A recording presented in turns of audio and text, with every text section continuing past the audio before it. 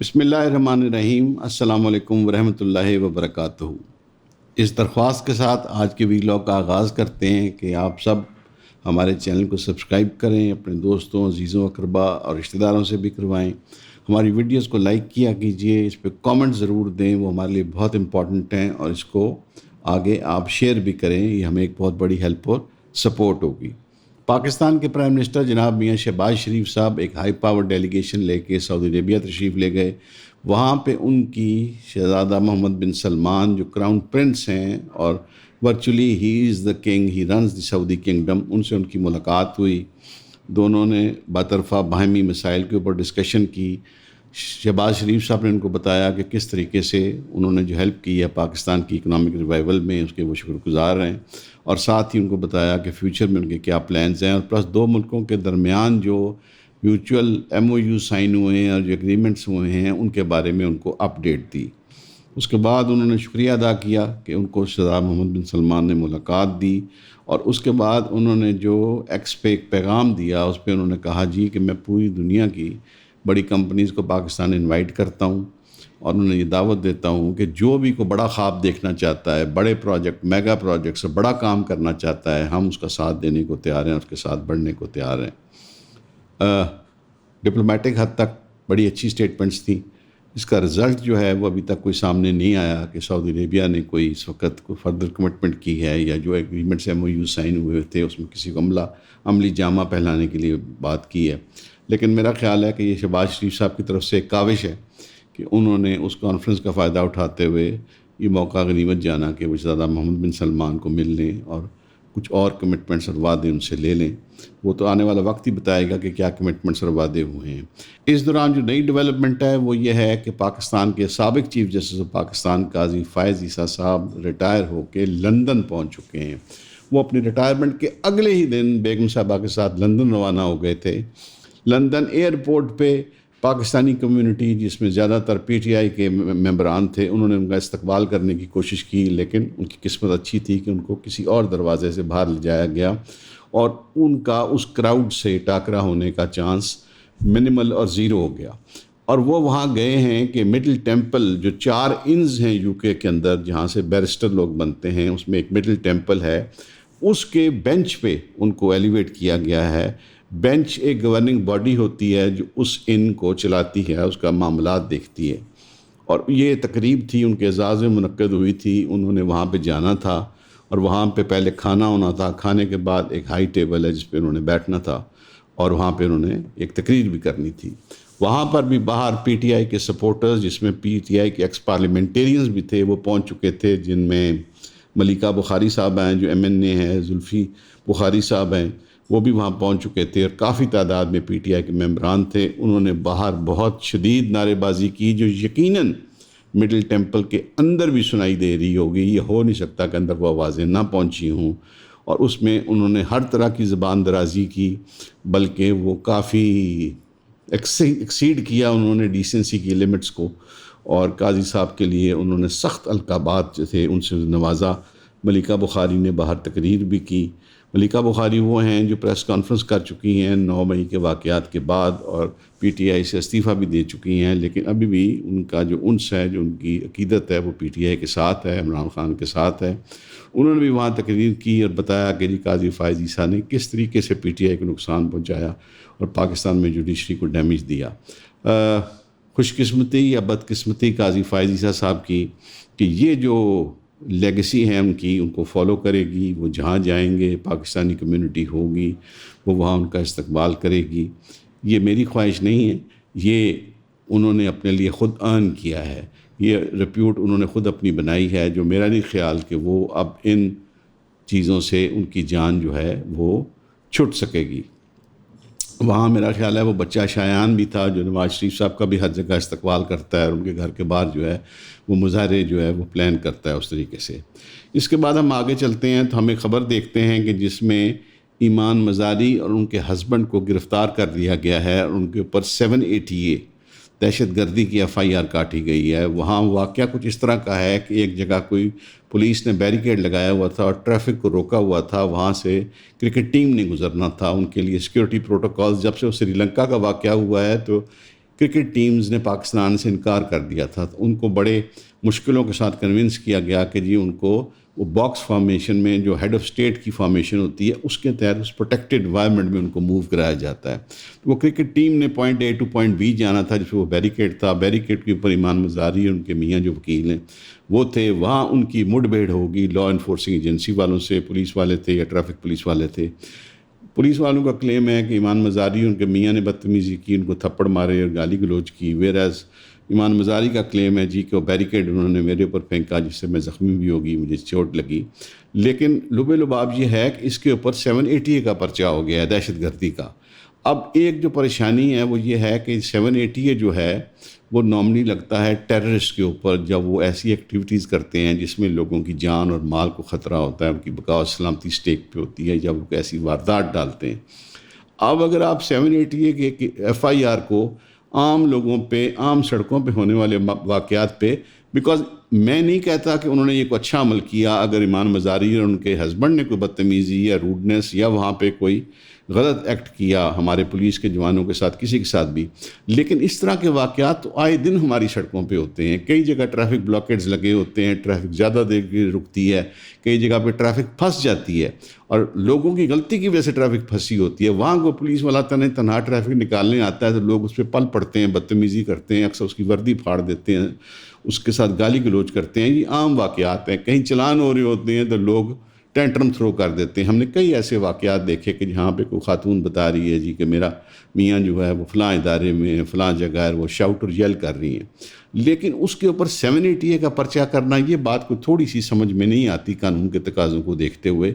تو اس معاملے کو میرا خیال ہے اسٹیٹ کو دیکھنا چاہیے اور اس کو ٹیکٹفلی ہینڈل کرنا چاہیے سچویشن کو، بیکاز اس طریقے سے اور اس رفتار سے اگر وہ دہشت گردی کے پرچے کرنے لگے جو انسدادیں دہشت گردی کی عدالت میں ہی چل سکتے ہیں، تو پھر جو وہاں ایکچوئل ٹیررسٹ کے کیسز ہوں گے، جنہوں نے واقعی بم پھاڑے ہوں گے، بندے مارے ہوں گے اور پاکستان کی اسٹیٹ کے خلاف کام کیا ہوگا، ان کو کیفر کردار تک پہنچانے کے لیے میرا نہیں خیال کہ ان عدالتوں کے پاس کوئی ٹائم ہوگا، کیونکہ ڈیفینیٹلی جب ایمان مزاری کا کیس جائے گا تو وہاں پہ کوئی 100-200 وکیل آئے گا جو ان کی حامی اور سپورٹر ہیں، وہ بڑی ایک ہیومن رائٹ ایکٹیوسٹ ہیں، اور جتنے بھی پاکستان میں لوگ ہوتے ہیں، خاص کر مسنگ پرسن کے کیسز وہ کرتی رہی ہیں، ان کو بڑی پاپولیرٹی اور فیم ہے ان کے پاس، تو اس طریقے سے وہ بہت زیادہ کراؤڈ آئے گا، وہ عدالت کے کام میں بھی مخلص ہوگا اور وہ لا اینڈ آرڈر سچویشن بھی بنے گی اس کے اوپر۔ میرا خیال ہے وہاں کو 100-200 پولیس والے بھی آئے ہوں گے دیکھنے کے لیے کہ لا اینڈ آرڈر ہو، تو اسٹیٹ کی فنکشننگ جو ہے وہ بہت برے طریقے سے افیکٹ ہوگی۔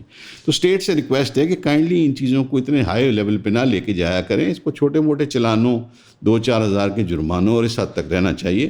باقی اسٹیٹ کو بھی رائٹ ہے کہ وہ ہائی لائٹ کر سکتی ہے، وہ میڈیا میں دے سکتی ہے کہ جی ایک اتنی سینئر لائر نے جو اتنی بڑی ہیومن رائٹ کی ایکٹیوسٹ ہیں، انہوں نے وہاں وہ بدتمیزی کی، ہمارے کانسٹیبل کو مارا یا ادروائز جو بھی معاملہ ہے۔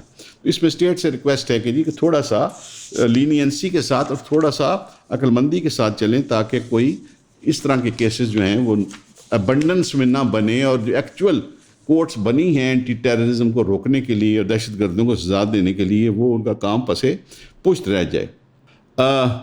وکلاء کا سال بھر الیکشن ہو رہے ہوتے ہیں۔ لاہور میں جب بھی ہائی کورٹ کے پاس جاؤ تو بینر لگے ہوتے ہیں، کبھی لاہور بار کے، کبھی ہائی کورٹ بار کے، کبھی سپریم کورٹ بار کے۔ تو اسی طریقے سے سپریم کورٹ بار کا الیکشن تھا، اس میں 2 لوگ مد مقابل تھے، ایک عبدالرؤف صاحب تھے، ایک بلوچستان سے کاکڑ صاحب تھے، اور انفارچونیٹلی کو 70-80 ووٹوں سے کاکڑ صاحب ہار گئے۔ کاکڑ صاحب was supported by Hamid Khan group جو PTI کا ہے پیورلی، اور دوسری طرف باقی سب پولیٹیکل پارٹی سفارات تھیں، پیپلز پارٹی، نون لیگ، JUIF اور باقی سب کی سپورٹ اس طرف تھی۔ اور جب کاکڑ صاحب ہارے تو انہوں نے جو پریس کانفرنس کی یا اسٹیٹمنٹ دی، انہوں نے کہا جی یہ ایجنسیوں کا عمل دخل تھا، جو ISI ہر طرف کام کر رہی تھی اور وکلاء کو دھمکا رہی تھی، پلس جو اسٹیٹ منسٹر ہیں لا کے اعظم نذیر تارڑ صاحب، انہوں نے ہر طرف یہ خبر پھیلائی ہوئی تھی کہ جی ہم نے کوئی 40-50 جج پشاور ہائی کورٹ میں اپوائنٹ کرنے ہیں، لا آفسرز کرنے ہیں بہت سارے، تو ہر کسی کو کہہ رہے تھے کہ تم اپنا CV دو تاکہ لوگ ان کی طرف مائل رہیں اور یہ ووٹ ان کے حق اور فیور میں دیں، کیونکہ اعظم نذیر تارڑ صاحب جو ہیں وہ اس گروپ کو سپورٹ کرتے ہیں جس کے پریزیڈنٹ سپریم کورٹ بار کے صدر الیکٹ ہو چکے ہیں۔ انفارچونیٹلی جو نیکسٹ امپورٹنٹ سیٹ تھی سپریم کورٹ بار کے سیکرٹری کی، وہ ایک ینگ لائر سلمان جو ہیں وہ بن گئے ہیں، جن کو حامد خان گروپ کی سپورٹ تھی، کو پی ٹی آئی کی سپورٹ تھی. تو کہنے کا مقصد یہ ہے کہ حکومت پورا زور لگانے کے بعد ہر طریقے سے سینئر وکلاء کو لک آفٹر کرنے کے باوجود بھی صرف ایک سیٹ جو ہے وہ نکال سکی جو پریزیڈنٹ کی تھی. باقی سیٹیں اسپیشلی جو سیکرٹری کی سیٹ بڑی امپورٹنٹ ہوتی ہے اس میں کوئی خاطر خواہ کامیابی نہیں ہوئی.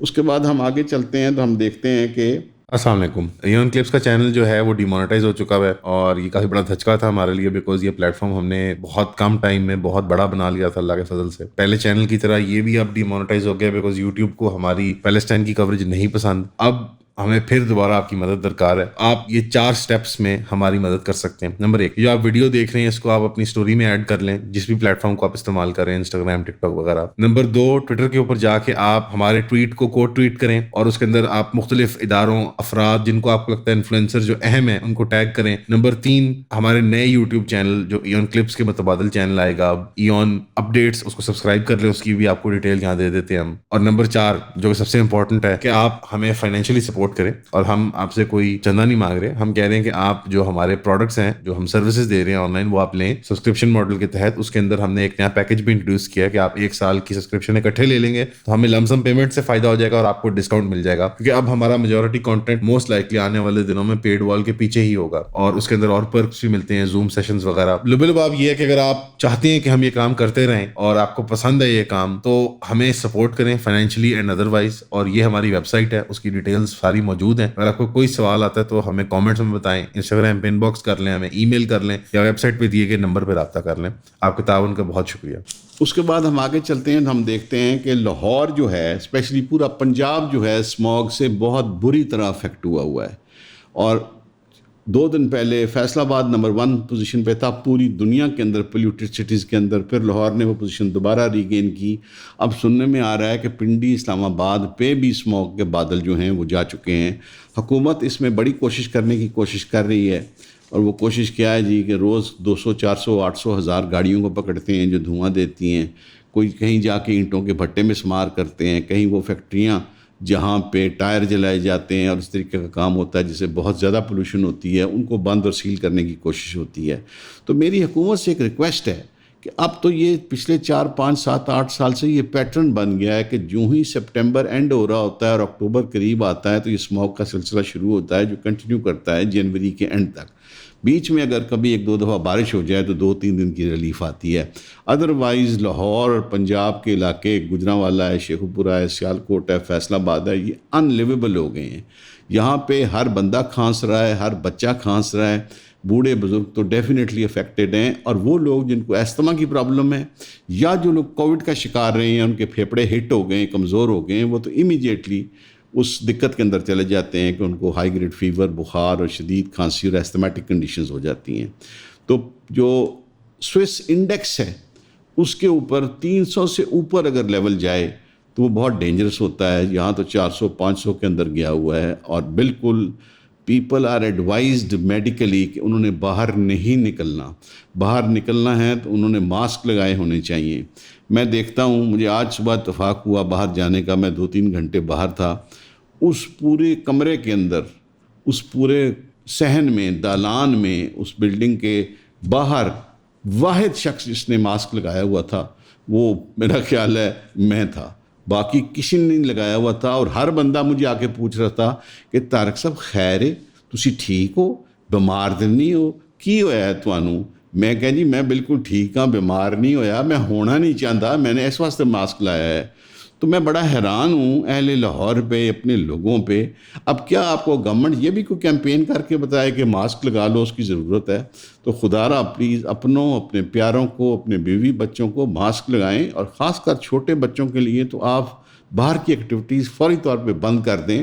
یہ پارکوں میں جانا اور یہ مختلف جگہوں کو وزٹ کرنا، ریسٹورنٹس میں جانا، لان میں کھیلنا، یہ 2 3 مہینے بہت ٹف ہیں. بیکاز خدا نہ خواستہ بچے کی صحت ڈاؤن ہو جائے تو وہ تقریباً چند مہینے پیچھے چلی جاتی ہے. آپ کو پتہ نا بچوں کی جب گروتھ کے ٹائمز ہوتے ہیں تو بڑی مشکل سے آپ ان کو کھلا پلا کے اچھا خاصا تکڑا کر رہے ہوتے ہیں، امیونٹی ڈیولپ کر رہے ہوتے ہیں. اور جو ایلڈرز ہیں، جو بزرگ ہیں، جو ہارٹ پیشنٹس ہیں، اینڈ اسپیشلی جو ایستھمیٹک لوگ ہیں، ان کے لیے تو یہ ایک بہت مشکل وقت ہے، ٹیسٹنگ ٹائمز ہیں. تو آپ اس میں احتیاط کریں. دوسری میں چیز دیکھتا ہوں کہ انڈیا کے اندر بالکل ہی ٹالرنس ختم ہو چکی ہے. وہ جو بڑا کلیم ہے کہ یہ سیکولر ہمارا ملک ہے اور یہاں پہ ہر کو آزادی ہے اور یہاں ہندو، جین، سکھ، عیسائی، مسلمان، واللہ اور کتنے مذہب وہ گنوا چھوڑتے ہیں جو سارے رہ رہے ہیں امن کے ساتھ. اتراکھنڈ کی اسٹیٹ یونیورسٹی میں ایک بچی کی ویڈیو ہے، وہ اکیلی بچی ایک سیڑھیوں سے چڑھ کے اوپر ایک بلائنڈ کارنر ہے، ایک دروازہ بند ہے، وہاں وہ نماز ادا کر رہی ہے. اور وہ دھان پان کی بچی ہے، وہ چھوٹی سی اپنا سجدے میں جا رہی ہے اور اس کی حالت میں سجود کی. تو پوری یونیورسٹی کے اندر وہ تمام سٹوڈنٹس باہر نکل آئے جن کی تعداد شاید کو 1000+ اس سے بھی زیادہ ہوگی، اور وہ جے شری رام کے نعرے لگا رہے ہیں. تو میں یہ سوال کرنا چاہتا ہوں مودی صاحب سے اور ان کی حکومت سے اور وہاں جو بڑے پنڈت ہیں کہ آپ کیا سمجھتے ہیں کہ ایک چھوٹی سی بچی کی نماز ادا کرنے سے آپ کا مذہب خطرے میں پڑ جائے گا کہ آپ کو فوری طور پہ سڑکوں پہ نکلنا پڑے گا، یونیورسٹی کی کلاسز کا بائیک آؤٹ کرنا پڑے گا؟ تو وہ جو ہندوتوا کا کانسیپٹ ہے وہ بالکل سر چڑھ کے بول رہا ہے. اس وقت میں معذرت کے ساتھ کہہ رہا ہوں کہ جو ہندو لوگ ہیں وہ بالکل دیوانے ہو چکے ہیں. کسی میں سینس پریویل نہیں کر رہی کہ یہ چیزوں کو کس طرف لے کے جا رہے ہیں.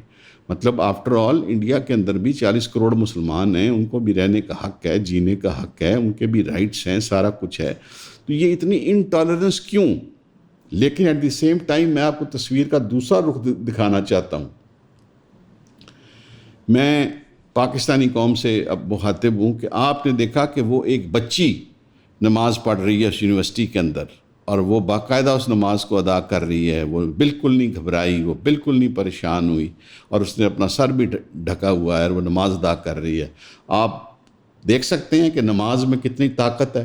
آپ دیکھ سکتے ہیں کہ ایک مسلمان میں کتنی طاقت ہے کہ وہ تنہا ہے اور نیچے وہ ہزاروں کا مجمع اکٹھا ہو چکا ہے اور نعرے لگا رہے ہیں. ہم نے پہلے بھی ایک ایسی ویڈیو دیکھی تھی کہ ایک بچی تھی کسی یونیورسٹی یا اسکول کے اندر، اس نے سر کور کیا ہوا تھا، یہ غالباً وہ برقعے کے اندر تھی، تو اس کو سارا کراؤڈ وو اور بو کر رہا تھا اور اس کے خلاف نعرے لگا رہے تھے، لیکن وہ ڈٹی تھی اور پھر بھی وہ اللہ اکبر اور تکبیر کے نعرے لگا رہی تھی. اس کا مرال بلند تھا.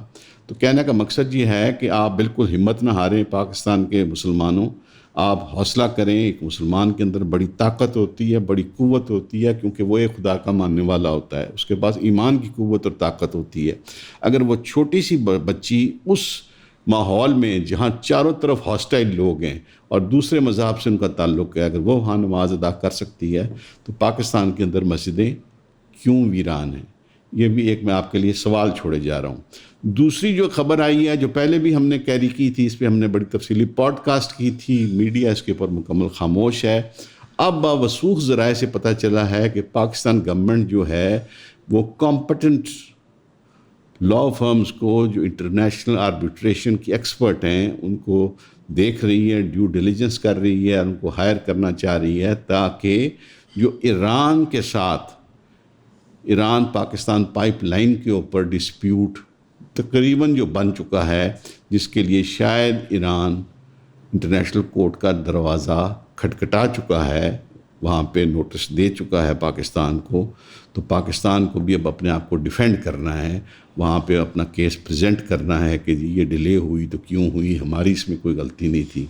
لیکن میں نے پہلے بھی کہا تھا کہ یہ بڑا مشکل اور ٹف کیس ہوگا، کیونکہ اس کے اندر آپ یاد رکھیے گا، میں آپ کو کوئکلی ریمائنڈ کرا دیتا ہوں کہ 2 چیزیں وہ کورٹ دیکھتی ہے. سب سے پہلے وہ کورٹ دیکھتی ہے کہ جورسڈکشن، پھر سیکنڈ وہ دیکھتی ہے کہ اس لائبلٹی.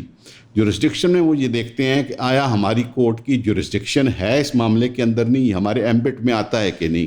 تو پاکستان نے جو ایران گیس پائپ لائن کا ایگریمنٹ کیا تھا، اس میں کلیئرلی ایک کلاز میں انہوں نے لکھا ہے کہ جب بھی ہمارا کوئی ڈسپیوٹ ہوگا ہم دونوں فریقین کے مابین، تو وہ انٹرنیشنل کورٹ کے اندر جائے گا. تو وہ جورسڈکشن والا معاملہ سیٹل کر دیا، کیونکہ پہلے ایک کیس فائل ہوتا ہے جس میں جورسڈکشن ڈیسائیڈ ہوتی ہے، 2 4 5 6 ماہ پہ چلتا ہے، اس کے بعد وہ لائبلٹی کی طرف آتے ہیں. اور دوسری چیز آ گئی، وہ دیکھتے ہیں کہ اس میں کوئی لائبلٹی کا عنصر نکلتا ہے کہ نہیں، تب وہ اس کیس کو ہاتھ ڈالتے ہیں.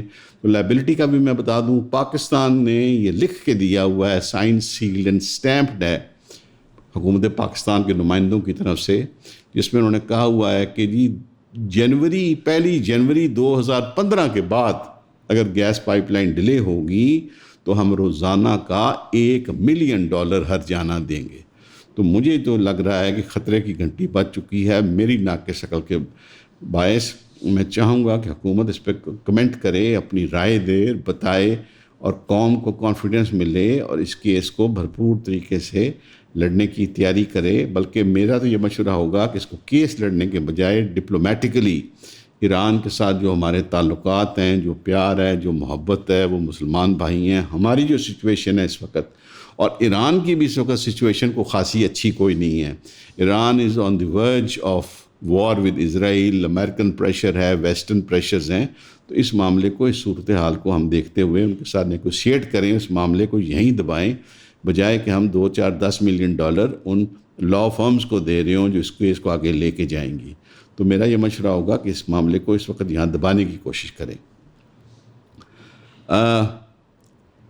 میں پھر آپ سے ریکویسٹ کروں گا، ہمارے چینل کو سبسکرائب کریں، لائک کریں، ہماری ویڈیوز کو آگے شیئر کریں، اور ہمیں آپ کی اس طرح کی سپورٹ کی بہت ضرورت ہے۔ ایک بہت اچھی جو چیز ہے، جو آپ کے کامنٹس ہوتے ہیں وہ بہت انلائٹننگ ہوتے ہیں، اور جب آپ کامنٹس کو تفصیلی لکھتے ہیں تو الگوریدمز ان کو دیکھ کے اس ویڈیو کو پروموٹ کرتے ہیں کہ لوگ اس کو پسند کر رہے ہیں، اس میں انوالو ہو رہے ہیں۔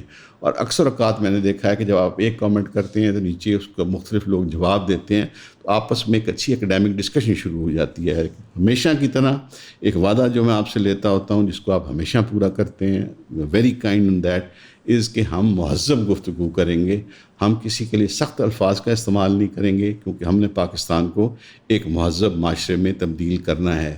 اگر میں نے اور آپ نے یہ فیصلہ کر لیا ہے تو انشاءاللہ وہ دن دور نہیں ہے جب پاکستان کا شمار دنیا کی مہذب قوموں میں ہوگا۔